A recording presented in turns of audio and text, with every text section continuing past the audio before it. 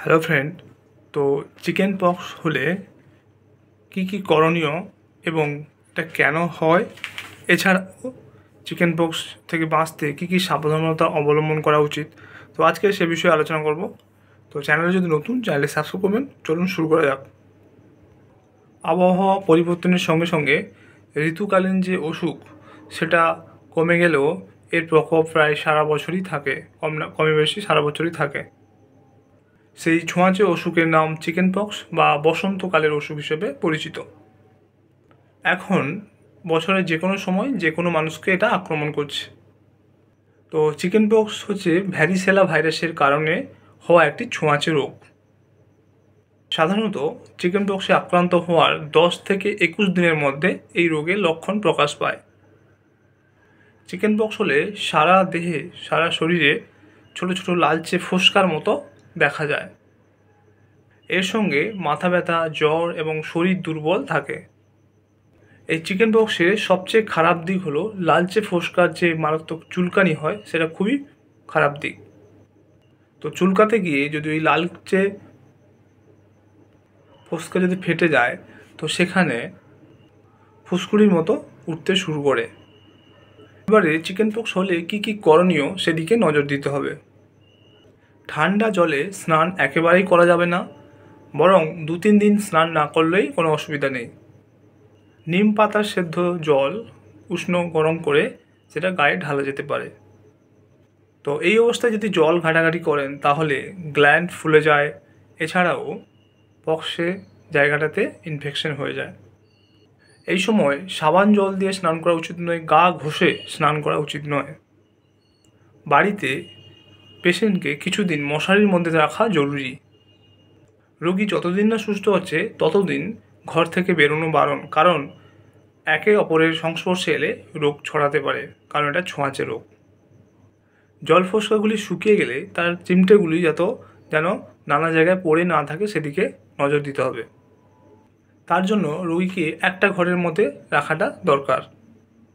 গায়ে বেশি চুলকানি হলে 1 বালতি উষ্ণ গরম জলে 1 কাপ ওটামিল পাউডার ভিজিয়ে রেখে তাতে স্নান করে নিন। চুলকানি কমাতে অলিভ অয়েল বা ক্যালামাইন লোশন ব্যবহার করতে পারেন। এবারে চিকেন পক্সের বৈশিষ্ট্য কী? তো এই চিকেন পক্সের ইনকিউবেশন পিরিয়ড হচ্ছে 10 থেকে 23 দিন বা গড়ে 14 থেকে 16 দিন। তার মানে হচ্ছে একজন চিকেন পক্সে আক্রান্ত ব্যক্তির সংস্পর্শে এলে তার মধ্যে 10 থেকে 23 দিনের মধ্যে এর লক্ষণগুলি প্রকাশিত হয়। যেমন জলচুলি বেরোয়, এর চরিত্র কয়েক ঘন্টার মধ্যে ম্যাকিউল, প্যাপিউল ইত্যাদি বেরিয়ে যায়। প্রথমে জল ফোস্কাগুলো মুখমণ্ডলে, বুক, পিঠ, পেটে, হাতে, পায়ের চামড়ায় দেখা যায়। এরপর সারা শরীরে আস্তে আস্তে ফুটে ওঠে। তো এই জল ফোস্কাগুলি বেরোনোর কয়েকদিন আগে থেকে হালকা লাল ছোপ ছোপ দাগ দেখা যায়। এছাড়াও সারা শরীরে ব্যথা, মাথা যন্ত্রণা, দুর্বলতা, হাত পা গা মোচড়ানো শুরু করে। তো চিকেন পক্সের ভাইরাসের সংক্রমণ হয়ে গেলে কোনো প্রতিষেধক কাজ করে না। তো অসুস্থ অবস্থায় অবশ্যই একজন চিকিৎসকের পরামর্শ নেওয়া জরুরি। তো গোটাগুলি আরও বার করার জন্য বা অনেকে ইচ্ছে মতো ওষুধ খেলে আরও বিপদ বেড়ে যায়। তো চিকেন পক্স অবস্থায় কিছু খাবারে না খাওয়ার পরামর্শ দেওয়া হয়, যেমন চর্বিযুক্ত মাংস, ফুল ফ্যাট দুধ, স্যাচুরেটেড ফ্যাটযুক্ত খাবার এড়িয়ে চলাই ভালো। তো এই সমস্ত খাবারে থাকা যে ফ্যাট, সেটা ভ্যারিসেলা ভাইরাসের সংক্রমণের গতিকে বাড়িয়ে দেয়। তাই এই সময় এই ধরনের চর্বিযুক্ত খাবার এড়িয়ে চলাই ভালো। চকলেট, বাদাম, এছাড়া চিজ জাতীয় যে কোনো খাবার এড়িয়ে চলাই ভালো, কারণ এই সমস্ত খাবারে আর্জিনিন নামক একটি অ্যামাইনো অ্যাসিড রয়েছে, যেটা আমাদের ভ্যারিসেলা ভাইরাসের বা চিকেন পক্স ভাইরাসের গতিকে বাড়িয়ে তোলে। তো চিকেন পক্স আক্রান্ত ব্যক্তির শারীরিক সুস্থতা বৃদ্ধির জন্য এই সমস্ত খাবার খেতে পারেন।